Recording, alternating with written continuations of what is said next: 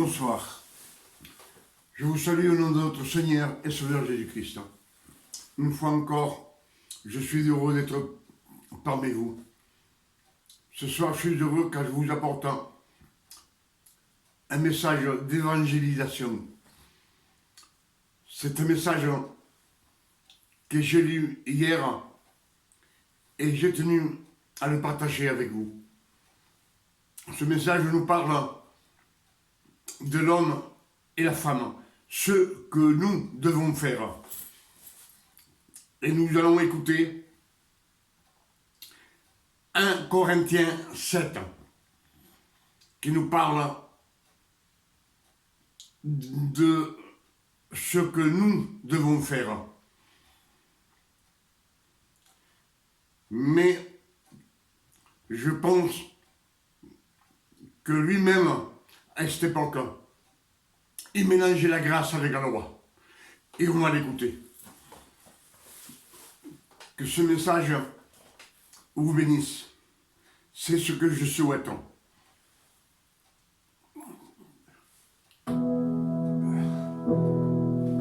Pour ce qui concerne les choses dont vous m'avez écrit, je pense qu'il est bon pour l'homme de ne point toucher de femme. Toutefois, pour éviter l'impudicité, que chacun ait sa femme, et que chaque femme ait son mari.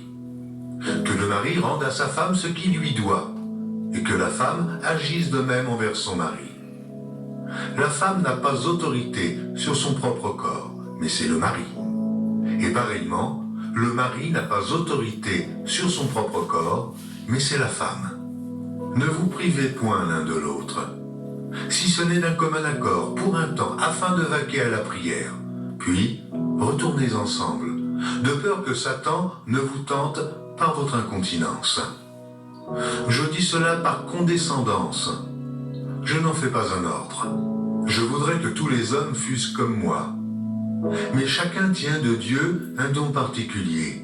L'un d'une manière, l'autre d'une autre. À ceux qui ne sont pas mariés et aux veuves, je dis qu'il aurait bon de rester comme moi. Mais s'il manque de continence, qu'il se marie, car il vaut mieux se marier que de brûler. À ceux qui sont mariés, j'ordonne, non pas moi, mais le Seigneur, que la femme ne se sépare point de son mari. Si elle est séparée, qu'elle demeure sans se marier, ou qu'elle se réconcilie avec son mari, et que le mari ne répudie point sa femme. Aux autres, Là, il parle des hommes mariés qu'on n'a pas le droit de répudier sa femme. Ni sa femme, ni la femme se séparer de son mari. Et si elle se sépare, qu'elle revienne avec lui. Et que l'homme la reprenne comme sa femme. C'est la parole de Dieu. Dieu dit, l'homme et la femme feront une seule chair.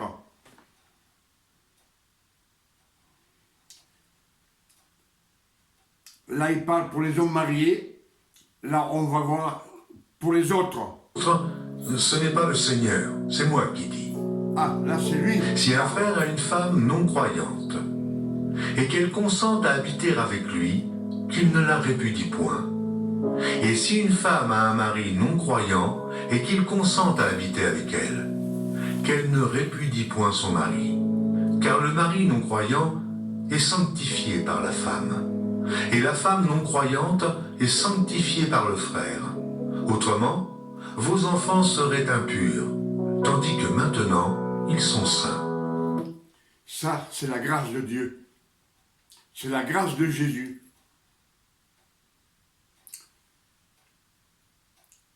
Que l'homme qui a une femme qui n'est pas convertie, qu'il ne la fasse pas partir, qu'il la garde. Parce que l'homme converti sanctifie la femme non convertie. Comme la femme convertie qui a un homme non converti, la femme sanctifie l'homme. c'est la grâce de notre Seigneur Jésus-Christ.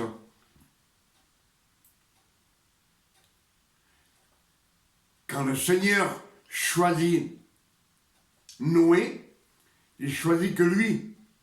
Mais lui, il prit sa femme, ses 3 fils et ses 3 belles-filles, et tous furent bénis. Parce que c'était sous la grâce de Dieu. Abraham, Dieu lui dit, sors de ton pays. Lui aussi, il prend sa femme, tous ses serviteurs, son neveu, la femme de son neveu, tous ses serviteurs, et ils furent tous bénis. C'est la grâce de notre Seigneur Jésus-Christ. Ça, c'est la grâce. Et on va voir comment on va continuer ce qu'il dit. Si le non-croyant se sépare, qu'il se sépare. Le frère ou la sœur ne sont pas liés dans ces cas-là. Dieu nous a appelés à vivre en paix. Car, que sais-tu, femme, si tu sauveras ton mari? Ou, que sais-tu, mari, si tu sauveras ta femme? Seulement, que chacun marche selon la part que le Seigneur lui a faite, selon l'appel qu'il a reçu. Ça, c'est la loi. Que sais-tu, homme, si tu sauveras ta femme? Et que sais-tu, femme, si tu sauveras ton mari? C'est la loi. Dans un champ, un partira et l'autre restera. Dans un lit, un partira et l'autre restera. C'est la loi. Ça, je vous dis, dans les premiers épîtres, il prêchait la grâce et la loi. Ce que Dieu a en horreur, le mélange de Dieu. C'est ainsi que je l'ordonne dans toutes les églises. Quelqu'un a-t-il été appelé étant circoncis, qu'il demeure circoncis. Quelqu'un a-t-il été appelé étant incirconcis, qu'il ne se fasse pas circoncire. La circoncision n'est rien. L'incirconcision n'est rien. Mais l'observation des commandements de Dieu est tout. Que chacun demeure dans l'état où il était lorsqu'il a été appelé. As-tu été appelé étant esclave? Ne t'en inquiète pas. Mais si tu peux devenir libre, profites-en plutôt. Car l'esclave qui a été appelé dans le Seigneur est un affranchi du Seigneur. De même, l'homme libre qui a été appelé est un esclave de Christ. Dans le Christ, il n'y a pas d'esclavage. L'esclave, c'était sous la loi. Pour ça que Christ est mort sur la croix. Il a accompli toute la loi. Il nous a rachetés de la loi. Et quand lui, il a ressuscité, il nous a fait renaître de nouveau, à nous aussi. Pour ça, nous sommes ses disciples. Mais nous ne sommes pas esclaves de Christ. Christ dit, je suis venu te servir. Je ne suis pas venu pour être servi, mais pour vous servir. Donc, ce qu'il dit, on voit bien, ce qui mélange la loi avec la loi et la grâce. La loi, c'est la sanctification de Dieu. C'est une sanctification parfaite. Pour ça, il a donné la loi aux hommes, sachant qu'ils ne pouvaient pas l'accomplir.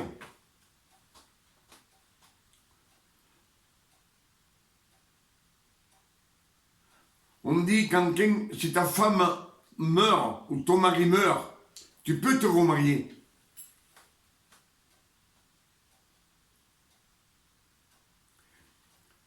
Mais sachant que la loi, elle ne peut pas mourir. La loi, c'est la sainteté de Dieu. Mais nous, on est morts. Et alors on peut se remarier avec Jésus. Parce que Jésus nous a rachetés. Il nous a fait renaître de nouveau. Et nous appartenons à Christ. C'est notre époux. Nous sommes le temple du Saint-Esprit. Je ne sais pas si vous comprenez les Écritures, ce qu'ils disent. Et on va continuer. Vous avez été rachetés à un grand prix. Ne devenez pas esclaves des hommes. Que chacun, frère, demeure devant Dieu, dans l'état où il était lorsqu'il a été appelé. Pour ce qui est des vierges, je n'ai point d'ordre du Seigneur, mais je donne un avis, comme ayant reçu du Seigneur miséricorde pour être fidèle. Voici donc ce que j'estime bon. À cause des temps difficiles qui s'approchent, il est bon à un homme d'être ainsi. Es-tu lié à une femme? Ne cherche pas à rompre ce lien. N'es-tu pas lié à une femme? Ne cherche pas une femme. Si tu t'es marié, tu n'as point péché. Et si la Vierge s'est mariée, elle n'a point péché. Mais ces personnes auront des tribulations dans la chair, et je voudrais vous les épargner. Ce qu'il conseille, c'est pas de Dieu, c'est pas de Jésus. Ce qu'il vous conseille, il nous conseille de ne pas se marier. Dieu a fait l'homme et la femme pour créer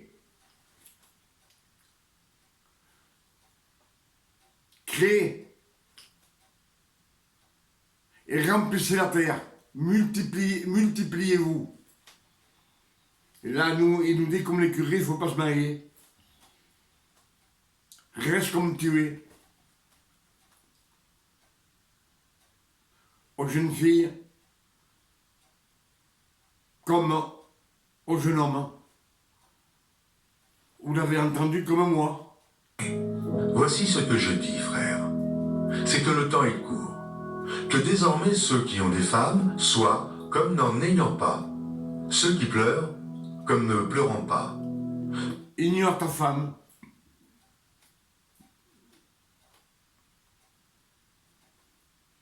On ne peut pas ignorer la femme. C'est notre femme, la mère de nos enfants. Comment on fait pour l'ignorer?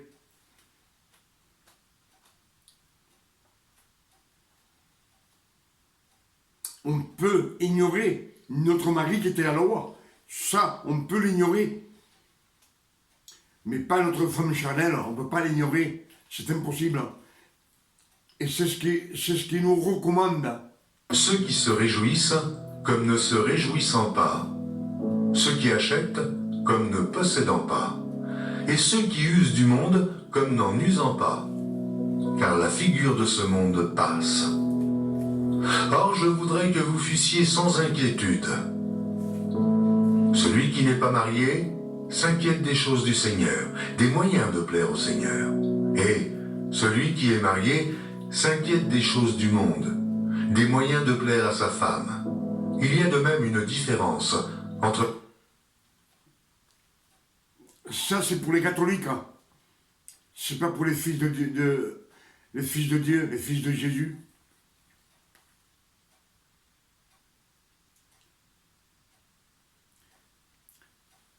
Ça a été écrit il y a 2000 ans. Si l'on dit ça aujourd'hui, que c'est la fin des temps, et on sait que Jésus est à la porte.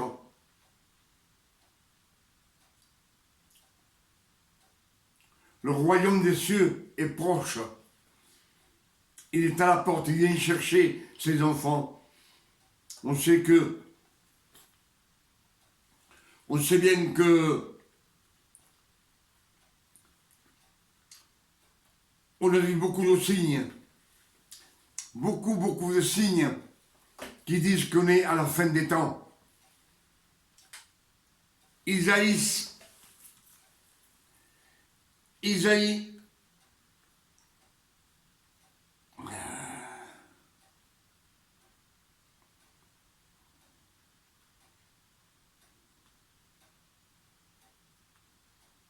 ouais, il s'est bloqué. Il s'est bloqué, il n'y a pas moyen.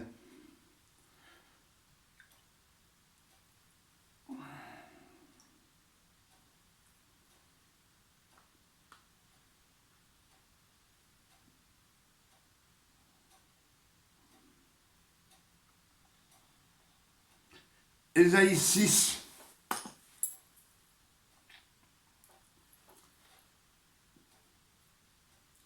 Verset 8 ans. Ésaïe 6, verset 8 ans. J'entendis la voix du Seigneur disant, qui l'enverrai-je et qui marchera pour nous? Je répondis, me voici, Seigneur, envoie-moi. Et il dit, alors va et dis à ce peuple, vous entendrez et vous ne comprendrez point. Vous verrez et vous ne saisirez point. Rends insensible le cœur de ce peuple, endurcis ses oreilles et bouche-lui les yeux, pour qu'il ne voie point de ses yeux et n'entende point de ses oreilles, ne comprenne point de son cœur, ne se convertisse point et ne soit point guéri. Et Isaïe dit, jusqu'à quand, Seigneur? Et le Seigneur dit, jusqu'à ce que les villes soient dévastées et privées d'habitation, jusqu'à ce qu'il n'y ait personne dans les maisons, et que le pays soit ravagé par la solitude, jusqu'à ce que l'Éternel ait éloigné les hommes, et que les pays deviennent un immense désert. Et s'il reste encore un dixième d'habitants, ils seront à leur tour anéantis. Mais comme le térébinthe et le chêne conservent leur tronc quand ils sont abattus, une sainte postérité renaîtra de ce peuple. C'est ce que dit Ésaïe 6, versicule 8. Alors on voit bien les signes de ces 100 dernières années. Les bruits de guerre, les tremblements de terre, les famines, les pestes, de plus en plus, de plus en plus. Même aujourd'hui, on voit bien qu'ils sont en guerre. Israël a été attaqué. Et Luc 21, verset 29, les apôtres demandent à Jésus, quand arrivera le royaume de Dieu? Et Jésus leur dit, quand vous voyez que le figuier et tous les arbres bourgeonnent, vous savez que l'été est proche. De même, quand vous verrez tous ces signes, toutes ces choses, quand vous verrez toutes ces choses arriver, sachez que le royaume de Dieu est proche. Et Dieu est à la porte. Les Écritures le disent. Alors aujourd'hui, oui, on peut dire au jeune homme, si Dieu vient dans une dizaine d'années, ou moins, que je ne pense pas qu'il dure tant. Parce que le figuier a refleuri, des centaines de milliers de juifs et chrétiens sont rentrés en Israël. Israël a été attaqué par la Palestine. La Palestine, c'est une petite nation comme le poing. 6100 et quelques kilomètres carrés. Ça ne représente rien par rapport à Israël qui fait 70 000 ou 71 000 kilomètres carrés. Et là, Israël est en train de déguster. On voit bien qu'il n'arrive pas à vaincre cette petite nation. Quand, dans les guerres passées, dans ces terres, dans ces dernières 100 ans, il a combattu contre la Turquie, il a tué des milliers d'hommes. Israël avait perdu 70 hommes, 60 soldats et 10 habitants du peuple. Il a combattu contre l'Égypte. Il a tué des milliers. Eux, ils avaient perdu 3 hommes. C'est ce que disent les Écritures. Pas dans la Bible. Mais dans les registres de notre vie. Et on voit bien maintenant que vraiment, moi je pense que Jésus vient. Je crois que Jésus est à la porte qui vient. Et bien là, ça serait maintenant, il aurait pu dire, Paul, de ne pas vous marier. Parce que l'homme qui se marie, il n'est pas disposé tout pour Dieu, pour Jésus. Il faut qu'il s'occupe de son travail, de sa femme, de ses enfants. Et la femme, c'est pareil. À cette époque, il aurait pu conseiller.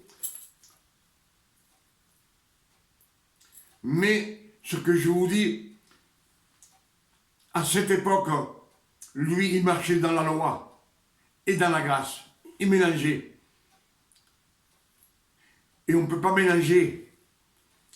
Dieu a horreur du mélange. C'est bien écrit dans les Écritures, à plusieurs reprises, on vous le dit. La loi écrite en pierre, ce sont les 10 commandements. Ils disent que la loi écrite en pierre tue. Pour ça, Christ Jésus a accompli toute la loi. Et une fois qu'il a accompli toute la loi, il est mort sur la croix. Il a ressuscité. Il a jeté la loi. Et nous, il nous a racheté de la loi. Il nous a racheté de la mort. Lui, il efface tous nos péchés, toutes nos iniquités, toutes nos malédictions. Lui, il le fait. Je pense que je vous ai dit qu'on a partagé ces quelques écritures ensemble. Tout cela pour vous dire que dans les premiers épîtres, il marchait entre la grâce et la loi. Et plusieurs années plus tard, ce furent les deuxièmes épîtres. Les deuxièmes épîtres, ça a été donné plus tard. C'est des lettres qu'on envoyait aux églises. Les lettres, les épîtres aux Galates, épîtres aux Thessaloniciens, épîtres aux Romains. 2. Les premiers, ils marchaient dans la grâce et dans la loi. Pour ça, c'est ce qu'on a entendu. La femme Qui et vous la dit vierge. même de ne pas se Celle qui marier. n'est pas mariée s'inquiète des choses du Seigneur, afin d'être sainte de corps et d'esprit. Et celle qui est mariée s'inquiète des choses C'était du bon monde, pour des maintenant, moyens de... pour la fin des temps, mais pour l'époque.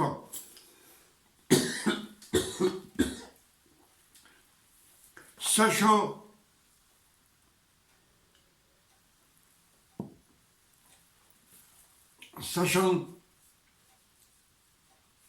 que tout a été accompli, toutes les prophéties ont été accomplies. L'autre jour, j'ai vu aux infos qui parlent, aux infos, pas sur YouTube, aux infos qui parlent de mettre une puce. Il y en a qui sont d'accord et il y en a qui ne sont pas d'accord. Mais ils ont commencé à parler. On sait qu'il y a beaucoup de nations qui ont, il y a plus d'argent. Ils payent soit par le téléphone ou avec la carte. Mais on attend la marque. Et elle ne va pas tarder. Cette marque, elle ne va pas tarder. Alors moi, ce que je vous conseille, c'est de jeter la loi.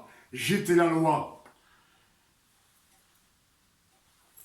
Quand vous revenez à la loi, vous êtes adultère par rapport à Jésus.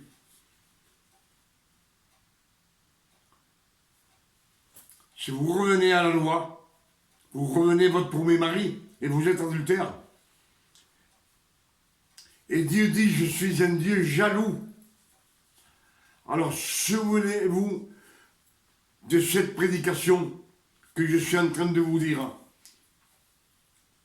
Et ce qu'on a écouté.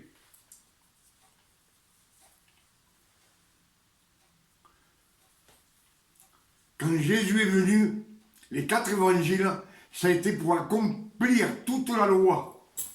Et il le précise bien, je suis venu accomplir, pas abolir. Mais après, il nous dit, je vous ai racheté de la loi. Venez à moi.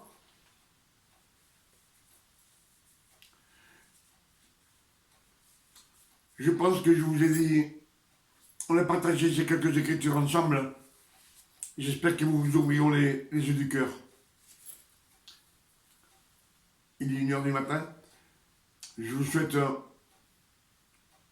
une nuit de repos, de tranquillité, de santé, de sainteté. Que Dieu vous donne son amour. Une bonne nuit. À la prochaine.